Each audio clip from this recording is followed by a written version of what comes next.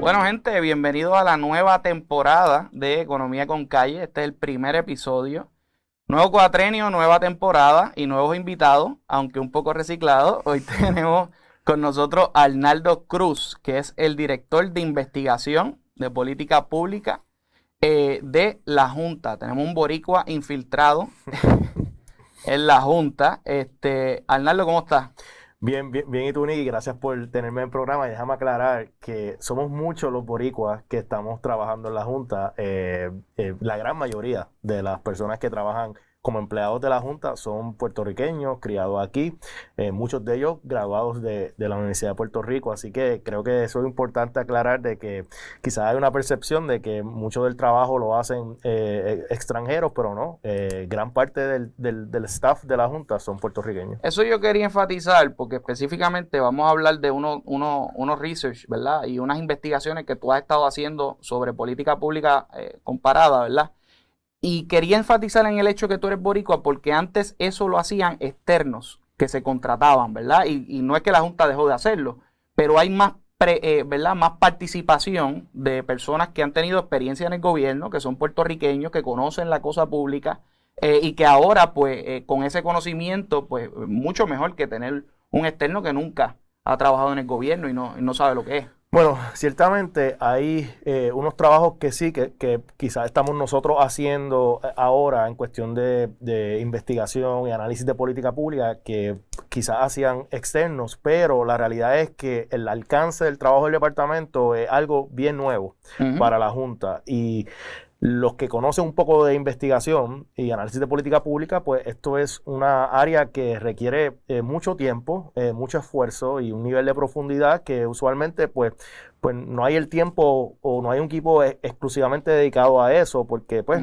mucho del trabajo de la Junta es para trabajar en aspectos transaccionales con el gobierno, ya sea un pedido de cambio de presupuesto o cosas por el estilo. Así que el research es algo bien particular, y antes de la creación de este departamento, pues no había una unidad específicamente dedicada para hacer este tipo de trabajo. Así que es algo que puedo decir que es relativamente nuevo en la Junta, y que el departamento se crea con mi llegada en abril, y poco a poco hemos desarrollado un equipo. Tenemos en nuestro equipo una diversidad. Tenemos una abogada muy experimentada en procesos administrativos del gobierno, tenemos un economista, tenemos una persona con un doctorado en administración pública. Así que un equipo diverso y que tiene esa diversidad es lo que entiendo yo le da mucho valor a la investigación, porque pues cuando estás investigando, pues tienes todas estas diferentes perspectivas añadiendo al trabajo investigativo. Yo no quiero quedarme, ¿verdad?, parqueado en el tema, pero creo que parte de lo que ha tenido la Junta, esos roces que tiene con la gente hasta cierto punto, es que la percepción de la Junta cuando vino quizás era: vamos a meterle mano a los problemas del país, ¿verdad? Y se concentró quizás mucho en el aspecto fiscal, y es positivo, creo que es positivo. Independientemente si usted crea que es bueno, conveniente la Junta, las peleas que tenga, es positivo que podamos, ya que está la Junta, ¿verdad? Y es una realidad en Puerto Rico, entablar conversaciones y conversaciones de reforma del país, porque al final del día el presupuesto está viniendo de ahí, entonces pues tenemos que tener esas conversaciones para asegurarnos que ese presupuesto vaya de acuerdo con lo que queremos como país. Una de las cosas, y por la que te llame, es porque tú estás haciendo una serie de research, ¿verdad? Una serie de documentos con mucha información sobre cómo cambiar muchas cosas en el país. Y yo sé que tienes ¿verdad? Unas cuantas que vienen, y ya las que han salido, te tengo que felicitar, son muy buenas. Específicamente para el podcast de hoy, yo quería que nos concentráramos en la del servicio público. Y gente, ¿qué es el servicio público? El servicio público son todo el personal, ¿verdad? El gobierno, el servicio que se da a la gente, está compuesto por la gente que compone el gobierno. El gobierno no es una cosa abstracta, no es más nada que el cúmulo de gente, de capital humano, que está ahí al frente de las agencias, que está tomando decisiones todos los días y que está sirviendo al público y que se afecta, ¿verdad?, la calidad de los servicios. Así que hoy, particularmente, lo que vamos a hablar es, ¿verdad?, de los problemas. Yo creo que ya la mayoría de la gente sabe que no tenemos un servicio público de excelencia, que la gente no está recibiendo los servicios que necesita, que particularmente en momentos de crisis estos servicios no llegan a la gente. Y la ejecución ha sido bien mala. Hemos visto cómo no se han construido las casas suficientes después de los terremotos, ni después del huracán. Hemos visto cómo las pruebas no llegan, rastreo de contacto no se hace. Y todas esas cosas necesarias que no solamente cuestan dinero, sino cuestan vida al final del día. Y cómo entonces repensamos, ¿verdad?, el gobierno y cómo decimos, espérate, aquí esto está mal. ¿Cómo arreglamos esto? Y eso es uno de los research y de los documentos que Arnaldo publica, que lo pueden buscar, Arnaldo Cruz. No, ahora mismo nosotros desde abril hemos desarrollado varios análisis de política pública en diferentes temas. Hemos tocado el tema de pequeños negocios, en la crisis del COVID, de educación, con educación a distancia, salud, y el tema de compra. Y este en particular es nuestra primera investigación larga, ¿verdad? Porque mucho de lo que habíamos hecho anteriormente eran más tipo ensayo, y esto es una investigación más formal. Lo que se dice en inglés un policy paper. So es nuestra primera investigación larga, y lo hacemos porque el tema es demasiado importante, y lo que se dice, se conoce, ¿verdad?, en alguna literatura, es un tema transversal. O sea, que como tú dijiste, los empleados y la calidad de los empleados pues afecta diferentes cosas del gobierno, los servicios, los precios, los costos. Así que, siendo esa parte tan importante, decidimos investigar el tema, y también porque había mucho deseo del gobierno actual de aumentar los salarios a los empleados públicos, por un entendimiento de ellos de que no estaban bien pagados, y le habían sometido a la Junta ya un plan uniforme de retribución, y eso es básicamente escalas de salarios para los diferentes empleados públicos. Y esa propuesta que sometió el gobierno a la Junta pues incluía un aumento de millones de dólares al fisco, y que pues incluía aumentos en salario a varios, a decenas, o sea, más de 10,000 empleados en el gobierno. Así que, a base de eso, pues decidimos investigar, ok, si hay un problema con los salarios, vamos entonces a investigar la estructura completa de recursos humanos en el gobierno, porque a pesar de que los empleados sí son la parte esencial del servicio público y de los servicios, los empleados no trabajan en un vacío, sino que trabajan basados en los sistemas, estructuras existentes. Y entonces, parte de la investigación, gran parte de la investigación que resultó en este policy paper, que está en nuestra página de la Junta, pues fue un análisis de esas estructuras, de ese andamiaje legal, de cómo se manejan los recursos humanos en el gobierno, lo que se dice Human Resource Management. Para los junkies de política pública que escuchan este programa, que no debe ser tanto, se llama el Informe para el Diseño de una Reforma Efectiva del Servicio Público en Puerto Rico. Así lo pueden encontrar, Nix, cuando van a la página de la Junta de Supervisión Fiscal. Hay un cuadrante para Research y Policy, que es para el departamento, y ahí, cuando van ahí, pueden ver todos los diferentes escritos que hemos hecho, y van a poder encontrar este estudio y poder descargarlo y leerlo con calma. Yo sé que en el día de hoy vamos a discutir partes bien generales, pero un documento extenso, así que la invitación a tus escuchas, a tus podcasts, no sé cómo se dice eso, radio escuchas no es... No, le dicen fans, le dicen followers o listeners. Followers, listeners. Pues a tus escuchas de este podcast, pues la invitación obviamente es que vayan a la página y descarguen el informe para que puedan leerlo en su totalidad, porque lo que vamos a hacer hoy pues va a ser más un resumen. Sí, no, y básicamente yo me di a la tarea de resumir, Súper. Muy bien, tú te leíste las 60 páginas. Y pues para eso es que es esto, ¿verdad? Porque, bueno, mano, uno ya sabe, ¿verdad?, el problema. La pregunta es la solución, ¿verdad? Todo el mundo sabe los problemas que hay en el SESCO, todo el mundo sabe los problemas que hay en educación, todo el mundo sabe los problemas que hay en todo el gobierno y en los servicios que se supone que uno reciba.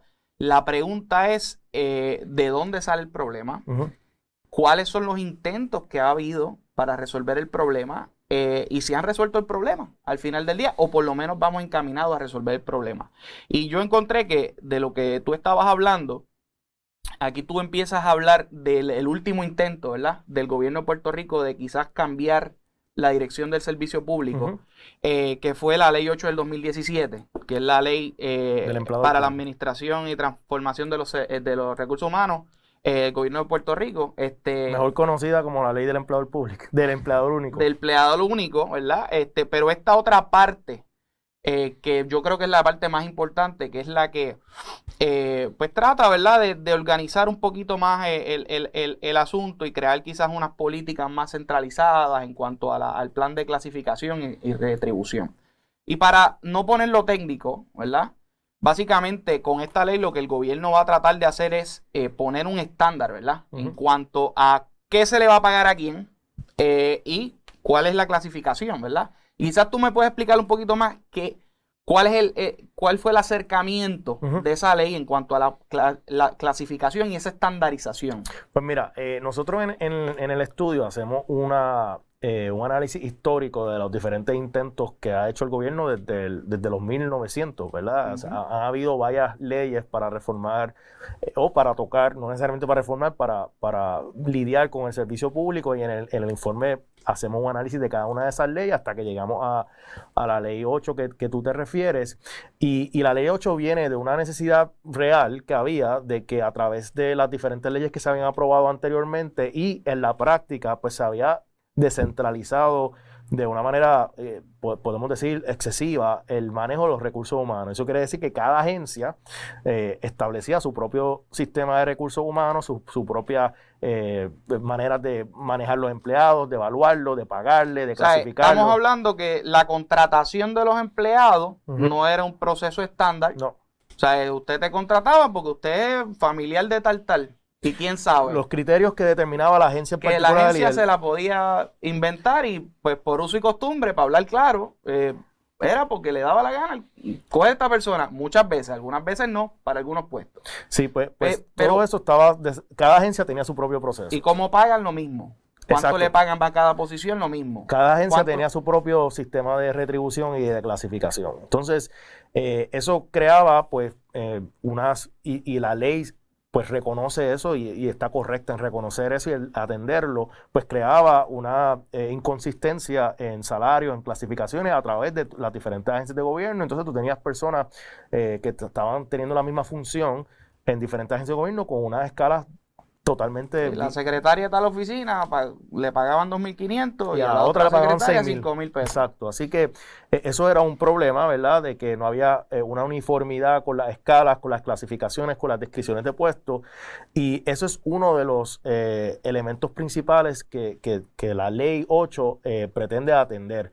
El problema es, Nick, que y de la manera que se promovió esta ley, tanto por el gobernador Rosselló en la campaña y ¿verdad? Que decía que iba a hacer una reforma de recursos humanos en el gobierno, y la manera que se promovió una vez cuando se presenta el proyecto y se aprueba es que esto era una reforma del servicio público. Entonces lo que hacemos nosotros en el departamento es que decimos, ok, vamos a ver si lo que dice la ley es consono con una reforma del servicio público, ¿verdad? Ideal. Lo que ¿verdad? Sería una reforma real del servicio público. Así que nosotros buscamos diferentes modelos o marcos de referencia que existen sobre el manejo de recursos humanos en el servicio público en diferentes partes del mundo.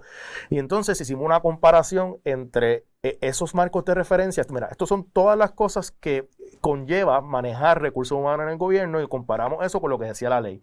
Y el análisis, que pueden ver una tabla bien ilustrativa en el estudio, pues establece que la gran mayoría de los elementos importantes para manejar los recursos humanos en el gobierno no están incluidos en la ley. Por ponerle un ejemplo...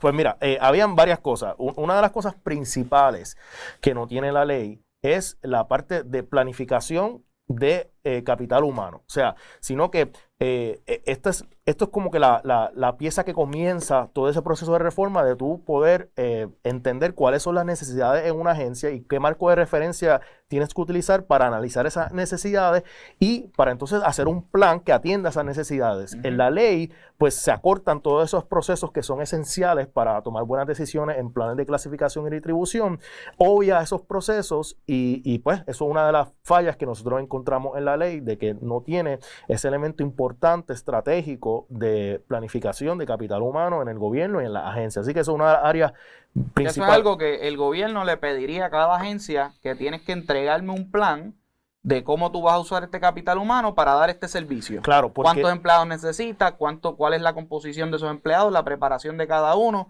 ¿Cuántos se van a retirar en tal año? ¿Cuántos vas a contratar después? ¿Verdad? Que no sea un asunto que yo contrato a final de cuatrenio sí. para llenar y tú sabes, y dejo las plazas ahí congeladas y se las doy a tal o más cual, sino que sea un asunto que se siga incluso después de ese cuatrenio. Definitivamente. Y que se mantenga, ¿verdad? Sí, sí, y parte del problema, Nick, es que de la manera que está concebida la ley y de la manera que está el pensamiento de la administración actual, y veremos, ¿verdad?, cómo las nuevas administraciones atienden el tema, es que ellos están identificando como el problema principal y casi único de recursos humanos en el gobierno, que son el problema de las escalas salariales y el problema de la falta de uniformidad en las clasificaciones. Y nosotros en el estudio decimos, mira, eso es un problema, pero ese problema está basado en algo mucho más grande, ¿verdad? De que el gobierno no tiene o no promueve en esa ley ni en ningún otro reglamento ese marco de referencia de cómo administrar los recursos humanos, cómo asegurarse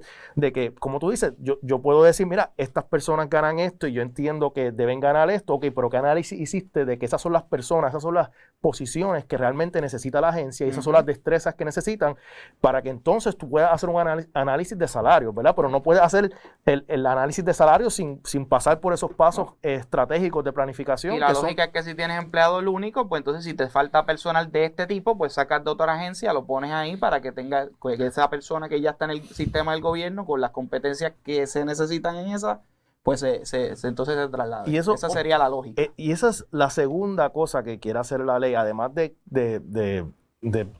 querer, ¿verdad?, uniformar en el plan de clasificación y distribución, que sí era necesario, pero como dije y repetí, habían otros componentes o precondiciones para poder hacer ese análisis que no se hicieron porque no lo exigía la ley.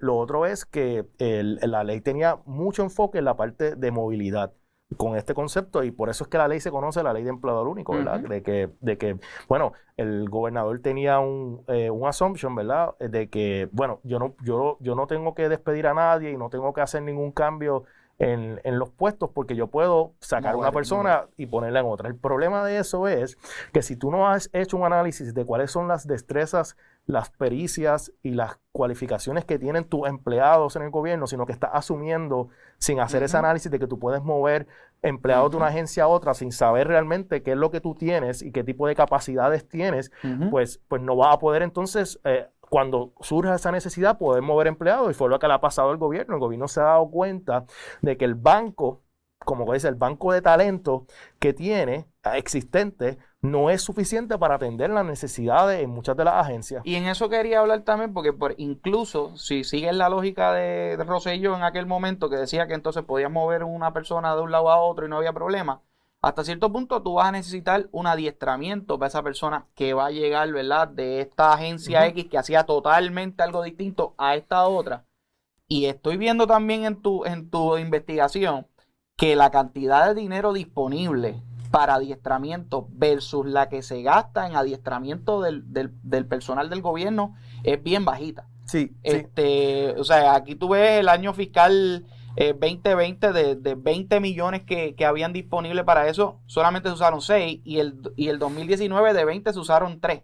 So, definitivamente la parte para el otro assumption que se hizo con el concepto de movilidad era que tú podías entrenar.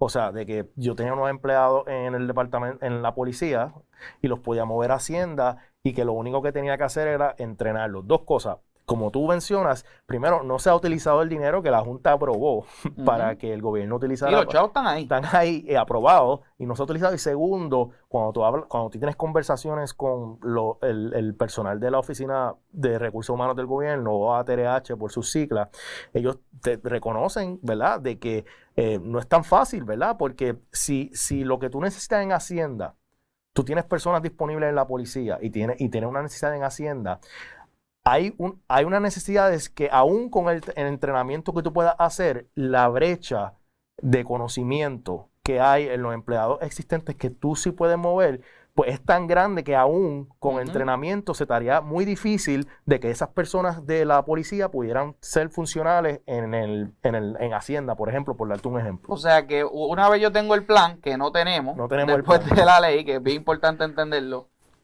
Una vez tenemos el plan, tenemos que hacer ese análisis, ¿verdad? Nos damos cuenta que a veces el mismo personal que no tenemos, que ese es el segundo paso, que no hemos llegado ahí, pero que tú lo adelantas en el research, que a veces hay que entonces contratar gente nueva. Y ahí viene otro problema más, Otro problema más. Sí. que es que no necesaria, no, el sistema no está diseñado, y gente, para explicarlo en arroyo y habichuelas, hay una razón por la cual los estudiantes cuando se gradúan no dicen, ay, déjame ir a buscar trabajo al gobierno primero, aún siendo el empleador más grande del país. No está en la mente de muchos universitarios ir a tocar la puerta y pedir trabajo, cuando a lo mejor, ¿verdad? Es la compañía más grande, por ponerlo así. Sí. ¿Por qué no pasa? Porque obviamente hay una preconcepción que tú me podrás Sí. decir después de tus investigaciones, si es real o no, de que hay que tener pala para entrar al gobierno. Pues mira, pasan varias cosas. Primero, como explicamos ahora mismo, hay unas necesidades en muchas de las agencias y a contrario a lo que se pensó de que empleados existentes en otras agencias podrían suplir esa necesidad, pues lo que se han dado cuenta después de aprobar la ley es que, mira, hace falta atraer talento. Pero ¿qué pasa? Los secretarios, y hemos visto las vistas de transición, todos ellos están en esa línea de que, mira, necesito gente, tengo que traer talento nuevo, pero dos cosas obvian muchas cosas, ¿verdad? Primero es que, ok, pero ¿qué hacemos con los empleados existentes que no tienen las destrezas, ¿verdad? Ujú. Tú no puedes seguir añadiendo empleados en el gobierno, y no es una cuestión de Digo, números. aumentas el gasto. Sí, y no quiero sonar de que, o sea, es que es cuestión meramente fiscal. Es que si tú tienes una organización, para no decir una empresa, porque a la gente no le gusta que usemos la empresa para comparar con el gobierno, vamos a que tiene una organización sin fines de lucro, y tú tienes o sea, tú tienes 10 empleados, y de esos 10 empleados, 4 no tienen las destrezas para lo que necesita hacer la organización, ¿verdad? Ya sea dar servicio a la comunidad, pero tú dices, pues yo voy a traer 4 personas nuevas porque 4 de las que tengo no tienen esas capacidades, pero entonces traigo las 4 nuevas y esas 4 no hago nada con ellas. Pues entonces, ¿verdad? Eso no es buena gerencia, buena administración. Así que los jefes de agencia no han podido, en adición a decirle que necesitan más gente, no han podido decir qué hago con las personas que no tienen esas destrezas, ¿verdad? Porque entonces voy a estar, como dicen en inglés, double dipping, ¿verdad? Estoy trayendo gente nueva, no estoy removiendo a los que no tienen las destrezas y estoy dejando a los contratistas. Y esto es algo que tú no tocas en la investigación. ¿Qué hacer con esas otras personas que quizás no tengan eso? ¿Los readiestramos? ¿Qué hacemos con ellos? Pero es un asunto que me imagino que en la práctica pues crea todos los problemas de implementación. Fuera de que ya la ley no funciona. Pues mira, es unas conversaciones, primero se tienen que hacer los análisis pertinentes y como tú dijiste, hay dinero para adiestramiento y la Junta ha aprobado ese dinero para que el gobierno lo use en esos casos donde los empleados no tienen las destrezas para las necesidades que tiene la agencia, pero hay dinero disponible para eso. En caso de que los empleados o no quieran adiestrarse, ¿verdad? O no tengan buen desempeño en la agencia, ¿qué debe hacer el gobierno con esos empleados? O sea, yo te pregunto a ti, tú estás dirigiendo una organización sin fines de lucro, para no usar una empresa como ejemplo, y tú tienes empleados que no son adiestrables o que no quieren adiestrarse y que tú estás haciendo unas evaluaciones de desempeño y no progresan en desempeño. ¿Qué tú harías con esos empleados? Bueno, son dos cosas. Lo primero, tienes que buscar que se adiestren, y lo segundo, tienes que tratar de ubicarlos en un sitio donde puedan estar, ¿verdad? A mí se me hace difícil pensar que con todas las necesidades que tiene el gobierno tengamos todavía la plantilla necesaria. O sea, que yo no pensaría necesariamente en disponer de ellos, porque es que para llegar a ese punto tienes que haber hecho primero todo lo demás. Claro. Tienes que haber adiestrado todos los que tienes que adiestrar. Tienes que haber buscado mover los que tienes que mover, ¿verdad? Y tienes que haber planificado, cosa que no sabes, porque aquí estamos hasta cierto punto hablando en el aire, porque no sabemos cuánta gente más necesita el gobierno tampoco, para saber cuánta gente de más tenemos, ni dónde ubicarlo. O sea, que al final del día, pues estamos saltándonos muchos pasos, ¿no crees? Sí, las agencias que ya han tenido algo de progreso en ese proceso, como el Departamento de Hacienda, escuchamos en las vistas de que el secretario había indicado de que necesitaba, o sea, cientos de empleados en su agencia y que eso era equivalente a varios millones de dólares. Pues entonces, ok, pero ¿cuál es? O sea, tú tienes que, cuando estamos hablando de planificación de capital humano, tú tienes que hacer un análisis, ¿verdad? Bien robusto sobre cuáles son, qué es lo que está haciendo Hacienda ahora, qué es lo que va a tener que hacer, ¿verdad? Con las necesidades nuevas, con los cambios tecnológicos, con lo que el ciudadano está esperando que haga la agencia, cuáles son las necesidades que tengo de capital humano y cómo yo, ¿verdad? Cierro esa brecha de necesidades, ya sea adiestrando o trayendo personal, ¿verdad? Ese análisis es bien importante para poder entender si eso que se está pidiendo de traer gente, ¿verdad?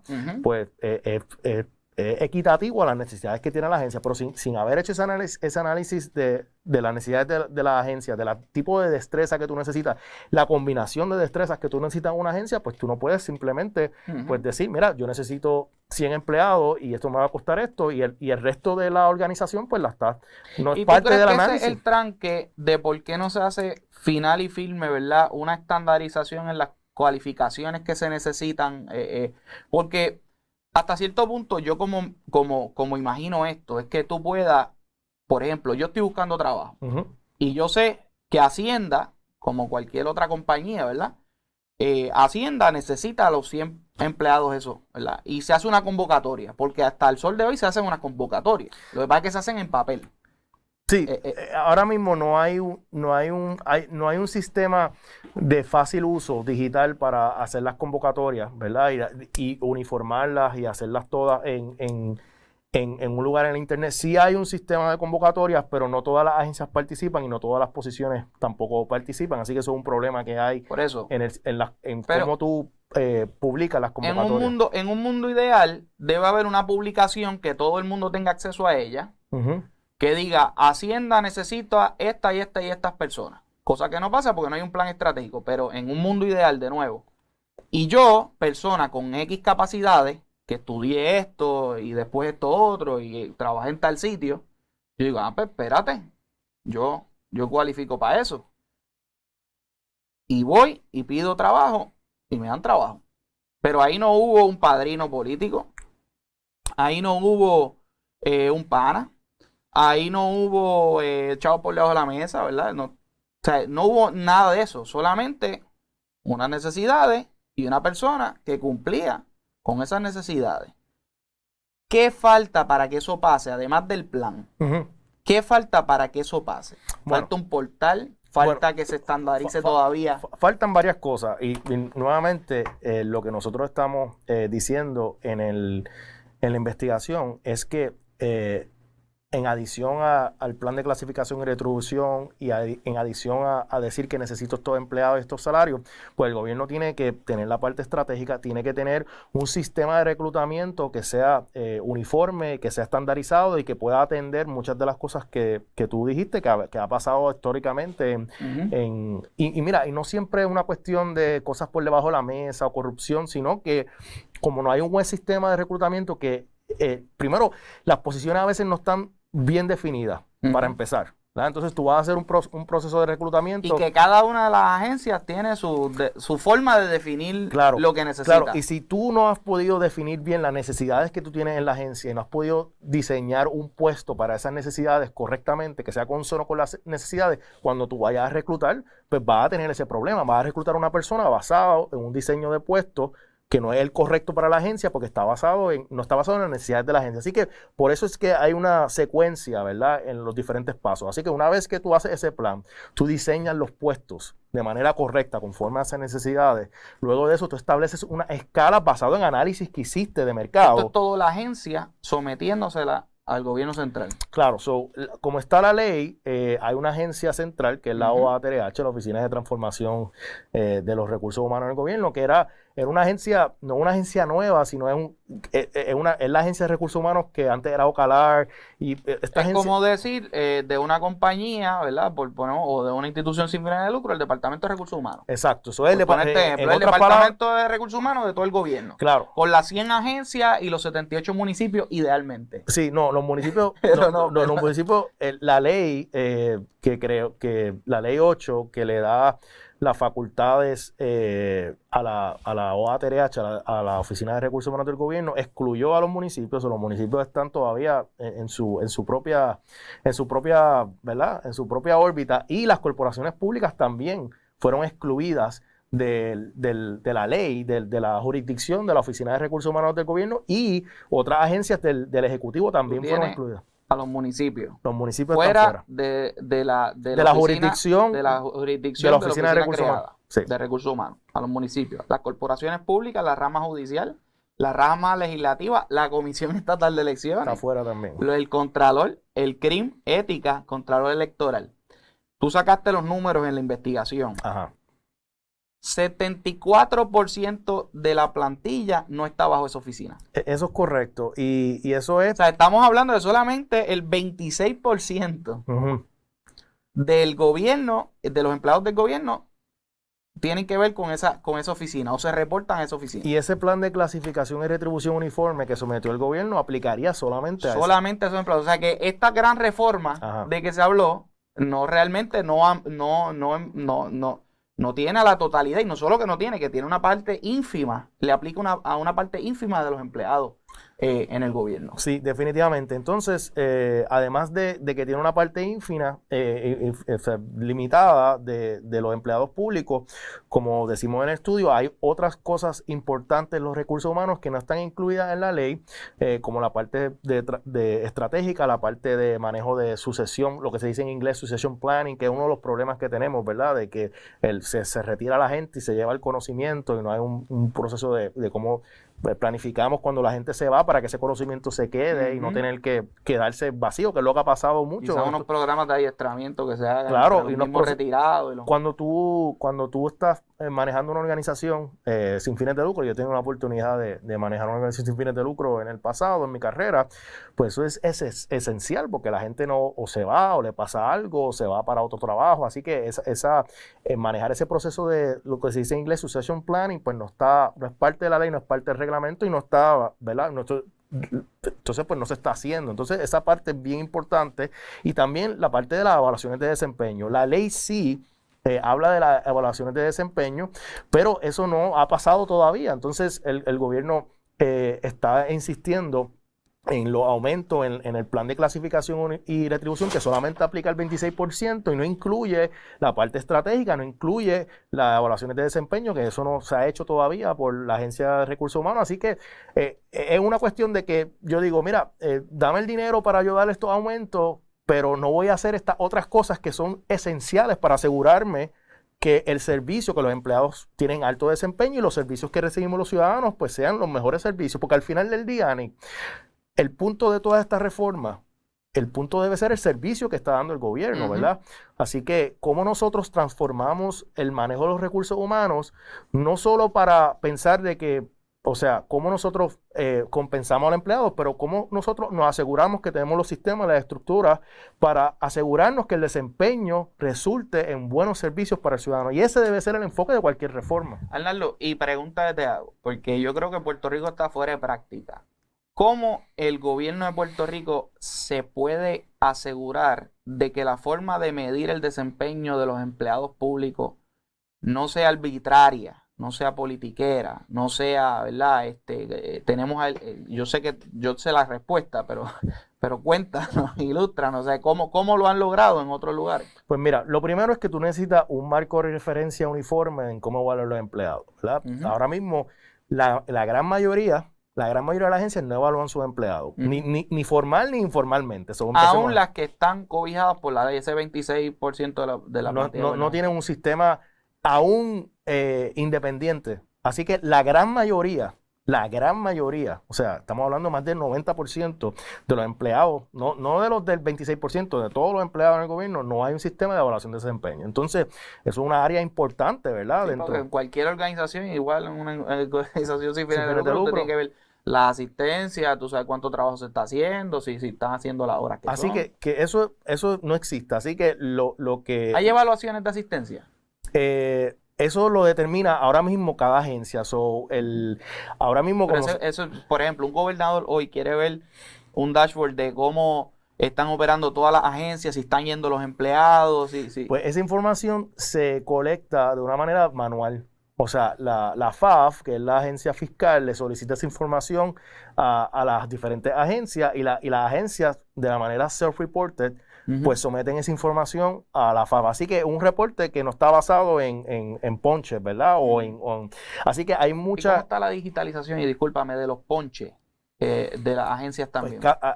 la mayoría de las agencias no tienen un sistema de ponche, ¿verdad? Y no sé si viste... O sea que tú sabes que cuando uno poncha en el trabajo, uno típicamente le pone el dedo a o lo una que máquina, sea, eso ¿verdad? no hay.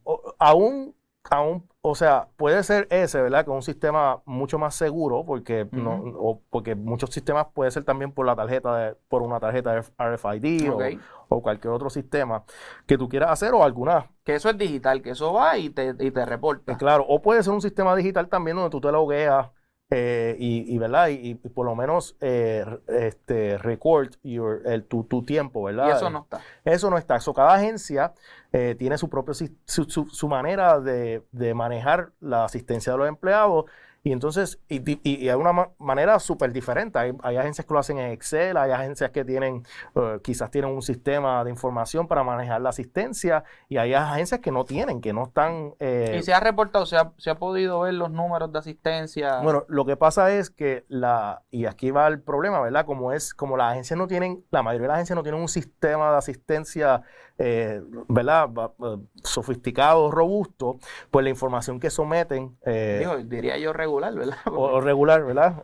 O mínimo, con unos mínimos cualificaciones, pues la información que someten a FAF, pues siempre ha sido cuestionable si esa información es correcta o no, porque se basa en un informe que lo que se dice en inglés, self-reported, de la propia agencia, del jefe de agencia, que le somete a FAF. Así que de que hay un informe de asistencia, sí. Pero hay mucho, ¿verdad? Y sabes que yo he trabajado mucho el tema de datos No, Arnaldo, y para poner un paréntesis, mi otra vida. te presenté como el director de investigación de política pública, pero tú, primero que nada, eres el fundador de ABRE, Sí. Que es una organización que se dedica a la transparencia, ¿verdad? Y aparte de eso, fuiste el director de la junta Del instituto. del instituto Sí, pues hay unos... de estadística. Hay unos issues serios en la manera como se maneja, se colecta y se publica la información de asistencia, que no una información verificable. Y como no es verificable, pues no es, ¿sabes? No se puede, ¿sabes? Hay dudas. Sí, no hay récord real de cómo es. Mira lo más triste de todo, y eso está también en la investigación, que no solamente la asistencia no está disponible de manera digital, la información de recursos humanos de los empleados, o sea, cuándo fueron contratados, la paga, la edad. ¿Sabes? Cuando se retiran. Cuando tú vas te contrata cualquier organización sin fines de lucro, para seguir con el ejemplo de sin fines de lucro, pues la directora de recursos humanos de esa agencia pues tiene un montón de información, tu información, ¿verdad? De emergencia, tu edad, cuándo fuiste contratado, cuál es tu posición, tu clasificación, tu preparación, todo, tu resumen, todos esos records adiestramiento que lleve. Toda esa información de recursos humanos relacionada al empleado no existe en ningún lugar. De casi ninguna agencia. Las agencias, muchas agencias la tienen, pero la manejan súper manual. No tienen un sistema de información de recursos humanos. Que mínimo el gobierno de Puerto Rico no necesariamente tiene que empezar con una reforma monumental, pero por lo menos estandarizar ciertos aspectos puede ayudar por lo menos a dar luz del estado de situación. Yo creo que una de las primeras cosas que tiene que hacer cualquiera que va a resolver un problema en el gobierno o en cualquier organización es tener una idea clara de cuál es el estado de situación. Exacto. Y eso no lo hay. Eso no Estamos lo hay. a ciegas. Estamos a ciegas porque la información la tienen las agencias individuales, no hay una agencia central que la tenga y no todas las agencias tienen toda la información requerida para hacer ese análisis de situación actual. Te doy un ejemplo. Nosotros, trabajando con el equipo ATRH, la Oficina de Recursos Humanos, ellos hace 2 años hicieron un ejercicio donde pidieron esa información de manera manual en Excel y recibieron en Excel la información del 28% ese, ¿verdad? Del 26%. Que es el que la ley más o menos. El que la ley, no de todas las agencias de los municipios. Y tuvieron meses pidiendo esa información, haciendo follow-up y para recopilar la información de recursos humanos que se supone que esté en un sistema centralizado para poder hacer ese análisis que tú dices. Pues ellos hicieron ese análisis. No, y que tú haces ese análisis hoy. Y eso cambia mañana. Ese análisis la semana que viene y el mes que viene. Pues exacto. Y de momento decir, diantre, espérate, es que aquí está pasando algo, déjame yo, o sea, el manejo saludable del servicio de cualquier administración. Has dado en el clavo. Ese análisis, bueno, primero la información la recopiló ATRH, entonces la compartió Que es de nuevo, la oficina de recursos humanos del gobierno. Y la compartió con el departamento. Nosotros tuvimos que pasar un proceso de limpiar los datos, ¿verdad? Y estandarizarlos para poder prepararlos para hacer análisis estadístico y pudimos hacer un análisis de perfil que vamos a estar publicando prontamente, donde hay un perfil de los empleados de las dependencias que están bajo la jurisdicción y que entregaron la información a la ATRH, que te dice cuántos empleados tienen bachillerato, cuál es la edad promedio, cuántos empleados están a punto de retirarse. Ese análisis, para volver a hacerlo, tendríamos que pasar por ese esfuerzo de ATRH de pedir la información de manera manual a todas las agencias. Así que una de las recomendaciones, una de las cosas que el gobernador electo, el licenciado Pierluisi, puede trabajar es en digitalizar la información de recursos humanos de los empleados. Eso sería, o sea, de las cosas primeras que hay que hacer para resolver esto, lo primero debe ser digitalizar, aunque sea interno. O sea, nadie está hablando de publicar en un webpage o nada todavía. O sea, es digitalización del manejo. Y eso es relativamente fácil. Claro. Si tú estableces un sistema de información sencillo donde las agencias puedan loguearse y subir la información basado en unas plantillas que tú prepares, esa información, por lo menos, quizás no estamos ready para que la información sea, como dice, live, que esté en vivo todo el tiempo, pero que se facilite el poder update, porque ese ejercicio que nosotros hicimos... Debería tener el mismo sistema todo el mundo, claro, o por lo menos que se puedan comunicar. Claro, y que cuando la agencia vaya a hacer un cambio, una persona se renuncia o se retira o se le da un aumento, pues que haga ese cambio en el sistema, ¿verdad?, del gobierno, y esa información pues ya no hay que pedírsela, sino que ya está disponible. Entonces el gobierno puede de manera continua poder hacer los análisis correspondientes de cómo está mi fuerza laboral ahora mismo. Y si es consistente con el plan. Con el plan y con las necesidades. Entonces cuando recibe el gobierno, y esto es lo difícil, cuando el gobierno recibe una solicitud o la Junta recibe una solicitud para retribución de empleados, pues uno no puede hacer un análisis de las necesidades del gobierno ni de las destrezas de los empleados existentes, porque esa información no existe. La tenemos de hace 2 años, hicimos el análisis correspondiente, pero no tenemos toda la información que hubiésemos necesitado, ¿verdad? Sino la información que colectó la Agencia de Recursos Humanos en ese momento. Así que es un problema serio que tenemos, Nick, de que para poder llegar a ese punto donde se puedan hacer esos análisis de necesidades y ese análisis de brecha de necesidades con destrezas existentes y las que necesitamos, y que podamos entonces diseñar puestos basados en esa necesidad, necesitamos poder tener la información. Una vez tenemos esa información y sabemos cómo estamos, el próximo paso sería el manejo, ¿verdad?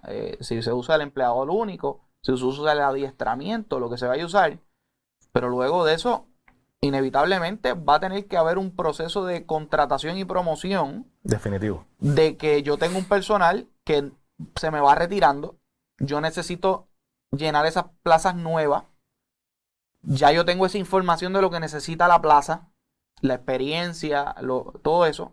¿Cómo yo hago para entonces atraer el talento correcto para entonces la agencia seguir operando o mejorar la operación? En esa dirección, ¿qué entonces sería el segundo paso? Pues mira, definitivamente una vez asumiendo que se hizo el análisis, se diseñaron los puestos correspondientes, se hicieron los análisis para que los salarios fuesen cónsonos con el mercado, ¿verdad? Y las necesidades y la disponibilidad de fondos de la agencia. Pues entonces una vez tú identificas de que hay unas brechas de talento que no tienes, pues tienes que ¿verdad? Cerrar esa brecha de talento. So, no hay duda de que va a hacer falta reclutar personal nuevo. Ahora, como tú dices, el proceso de reclutamiento, como dijimos al principio, estaba completamente, ¿verdad? Cada agencia hacía su propio proceso de reclutamiento, no era uniforme, no sabíamos si lo estaban haciendo bien o si lo estaban. Una de las cosas que recomendamos es que se uniforme y se unifique el proceso de reclutamiento. La ley sí establece, la ley establece eso. Ahora, nosotros en la investigación hacemos una recomendación que ha sido un poco... Hay gente que la ha visto bien y mal y para eso está la investigación y la publicamos para generar esta discusión. Es que ese proceso de reclutamiento se externalice por una entidad que pueda darle confianza, ¿verdad? al proceso y que pueda agilizar también, ¿verdad? Entonces, uno de los... Y esto es debate con la Agencia de Recursos Humanos, que ellos lo ven un poco diferente, que ellos creen que ellos pueden hacer esa función, pero debido a la importancia del reclutamiento de nuevo talento, asegurarse que cumplan con los requisitos y que son las personas idóneas, pues estamos recomendando que haya una entidad externa que se pueda encargar de recibir los resúmenes, ¿verdad? De todas las personas y asegurarse de que los resúmenes de las personas cumplen con los requisitos establecidos en el puesto y que entonces pueda hacer un análisis, ¿verdad? Y hacer la entrevista y hacer ese screening process, ¿verdad? Para entonces recomendarle a la agencia, mira, estas son las personas que basado en el proceso de entrevista, los exámenes que hicimos, el resumen, la experiencia, cumplen con los requisitos y que la agencia entonces pues, se encargue de escoger la persona. Pero... Eso hasta cierto punto la Junta lo dijo hace algunos meses o semanas atrás y se formó un revuelo que era un asunto de poner un privado a manejar ese asunto. Yo sé que tú hablas de eso, pero que también tú hablas de USA Jobs. Sí. Hasta cierto punto, y yo que he visto, por ejemplo, empleos federales en Puerto Rico, yo he buscado las calificaciones y todo eso, mucho de eso se resuelve, ¿verdad? Con una plataforma como esa. Porque tú, fíjate lo que tú me mencionaste que el resumen empate con el puesto. Muchas de las compañías grandes, incluso cuando uno se pone a buscar trabajo por ahí, a una compañía grande, ya tiene un sistema en el cual tú pones tu educación y en qué es tu major, y en qué es esto, y en qué es lo otro. Que tú pones tu experiencia. Y así mismo es US Jobs. US Jobs te dice, que es un portal del gobierno federal, te dice, yo necesito esta posición, que es oficial, agente federal, qué sé yo, de agente de investigación. Sí, sí. Necesitas 2 años en experiencia en law enforcement. Necesitas un bachillerato. Y necesitas tantos años de tal. Y tú lo ves, ya tú sabes que si tú no tienes eso, tú ni le das clic. Cuando le das clic y empiezas el proceso, pues te empieza a preguntar, bueno, pues sube tu resumen. Y tú subes tu resumen. O sea, una persona ajena al proceso político, ajena a la agencia, no conoce a nadie en la agencia, incluso si conoce a alguien tiene que ponerlo. Claro. Porque incluso eso puede ser algo que diga, no, pues aquí puede haber un conflicto de interés. Bueno, y que hay que, al revés. Y hay que validar esas cosas, ¿verdad? Porque... no, claro, tiene que haber un segundo paso, que alguien que lo valide. Entonces, por eso es que hemos tenido estos debates con la Oficina de Recursos Humanos que son positivos, ¿verdad? De que, mira, lo que estamos diciendo que va a ser una entidad o que estamos recomendando que va a ser una entidad no gubernamental, es ese proceso de recibir, de hacer los checks, de hacer unas pruebas estandarizadas, ¿verdad?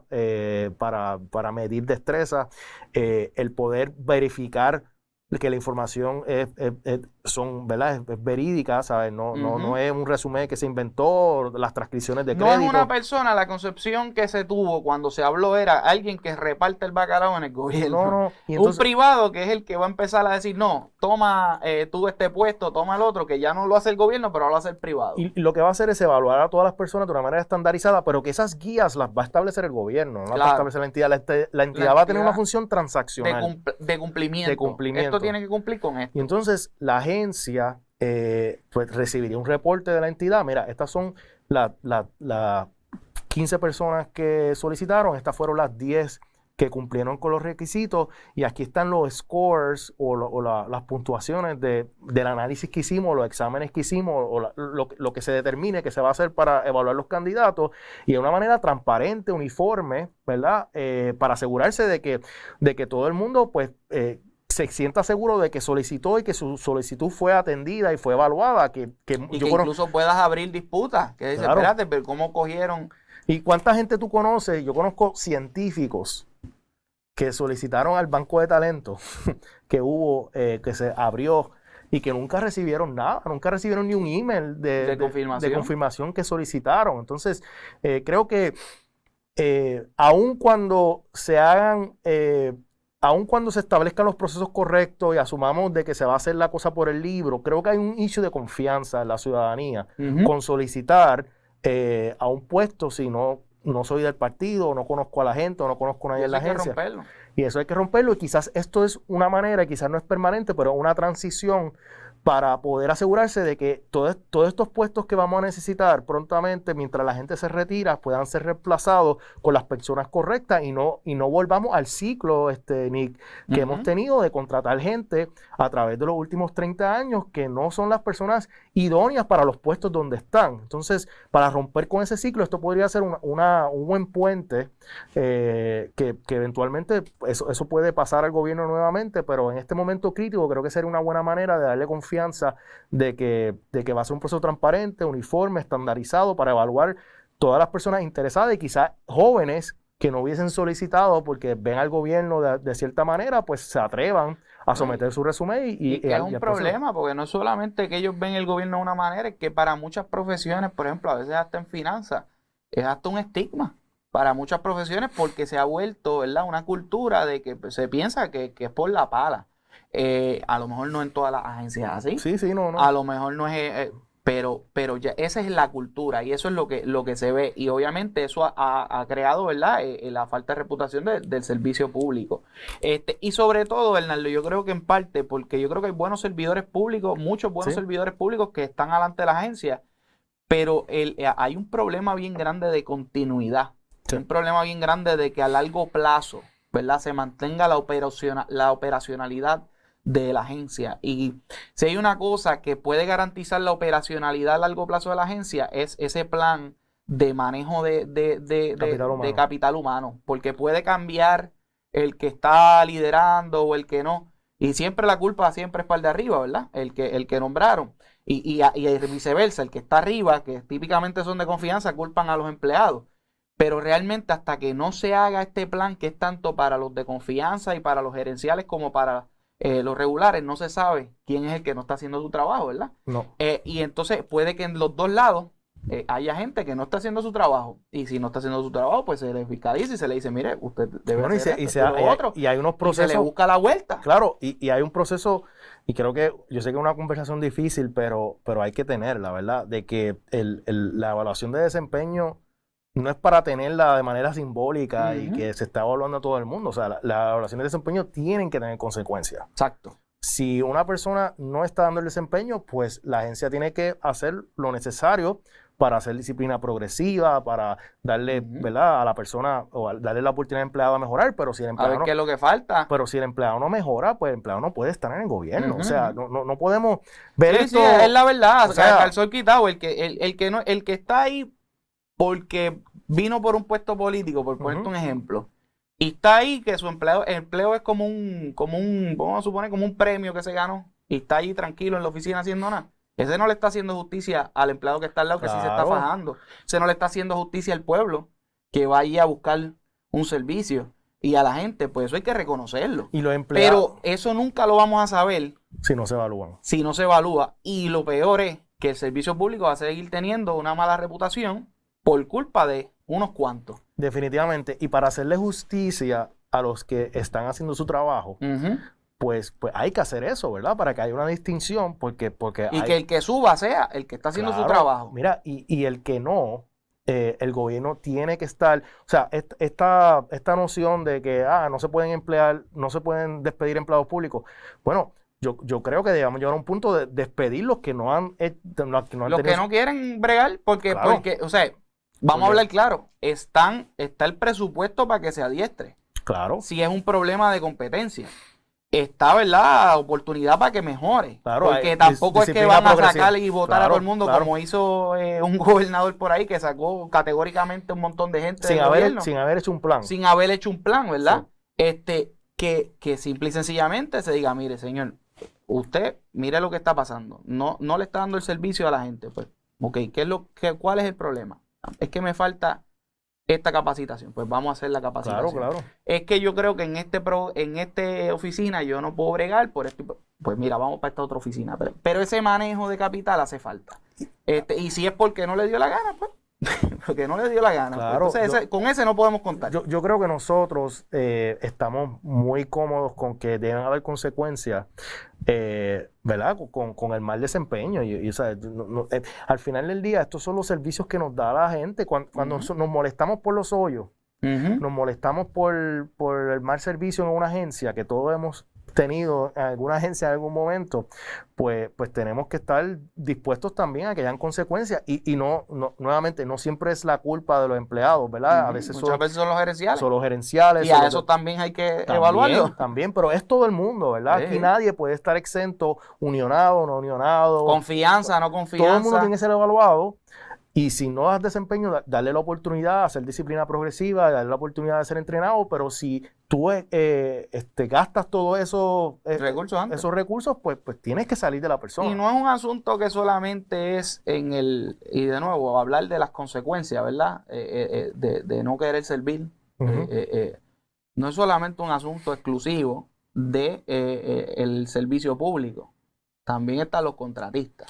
Y para eso vamos a hacer otro podcast. Pero sí quiero, ¿verdad? Para añadirle contexto, el problema de los contratistas que tenemos es que como definitivamente hay una brecha, y el análisis que vamos a estar lanzando prontamente va a evidenciar eso, de que hay una brecha de destreza, ¿verdad? Y muchas agencias han recurrido a contratar personas, ¿verdad? Por contrato, y a esas personas, pues, a veces es por política y a veces es que realmente necesito el empleado porque no tengo las destrezas adentro, los salarios pues no son los mejores, entonces con un contrato pues tengo más flexibilidad, que es lo que pasa en salud, lo que pasa en otras agencias, en Hacienda. Así que...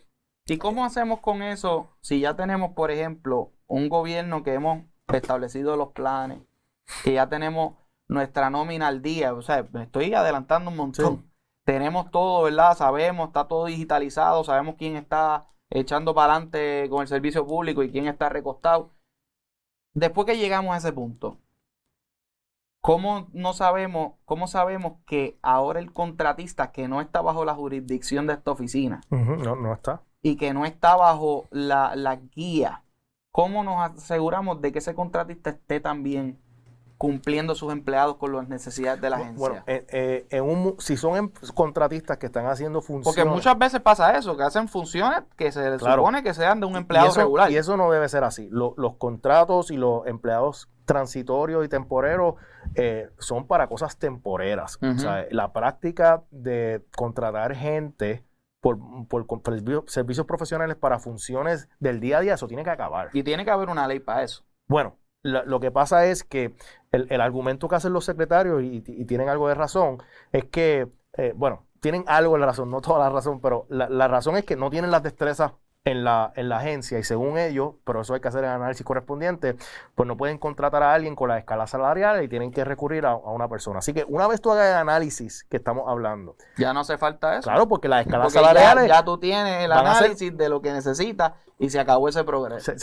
Y no hay justificación para que el secretario busque otra gente, a menos que sea algo nuevo. Claro. No ve el que pasó en la agencia, no hay justificación, porque usted tiene el plan y el plan dice que usted necesita tanto empleado. Así que al final del día, redondeando, con los contratos es lo mismo. Sí. Me gusta este episodio porque no ha sido típico de los episodios anteriores, un poquito más técnico, pero creo que la gente de servicio público y la gente que le interesa, ¿verdad?, estos temas de manejo personal le habrá encantado. Así que les invitamos a que vaya a la página de internet de la Junta de Supervisión Fiscal y pueden ir pueden buscar la caja de Research y Policy, está en inglés y en español, y todos nuestros documentos están en inglés y en español para que los puedan leer. Y nada, es un tema importante. Espero que esto se mantenga y que el gobernador electo pues, pueda atender algunas de las cosas que estamos recomendando. Hay en el estudio recomendamos al gobierno nuevo unos, como se dice, building blocks que puede comenzar a hacer. La digitalización definitivamente es un low hanging fruit, ¿verdad? El sistema de evaluaciones de desempeño también es algo que se puede que para hacer referencia específicamente a lo que tú estabas hablando, tener primero un marco de referencia robusto, que lo estábamos hablando. Hay que ver un poquito también el United States Office of Personnel Management federal, que es quien hace todas estas cosas del US Jobs que estamos hablando, y del portal y toda la cosa, y son los que desarrollan una métrica, ¿verdad? Para medir y unos guías para medir el desempeño, que es el HR Stat, que también está ahí, y tú lo propones como algo para mirar para cuando hagamos nuestro sistema. Y lo podemos ajustar al criollo, ¿verdad? Claro, exacto. Pero definitivamente esto no es imposible. No estamos, reconocemos que es una reforma compleja, pero entendemos que hay unas cosas que puede hacer el gobierno para encaminar los procesos de reforma. Porque tenemos que empezar en algún momento, porque si nos quejamos de que esto es difícil, esto no se puede hacer, pues nunca hacemos nada y nos quedamos con el servicio público que tenemos ahora mismo. Así es. Pues nada, Arnaldo, gracias por ese ratito. Te vamos a tener más a menudo porque tú sigues escribiendo e investigando, y pues nada, estas son cosas que a la gente le interesa y que al final del día las sufrimos todos cuando vamos a buscar servicios públicos y no los conseguimos.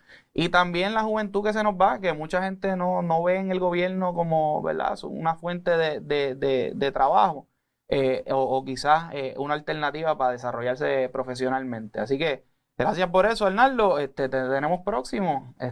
Así que buenas tardes a todos.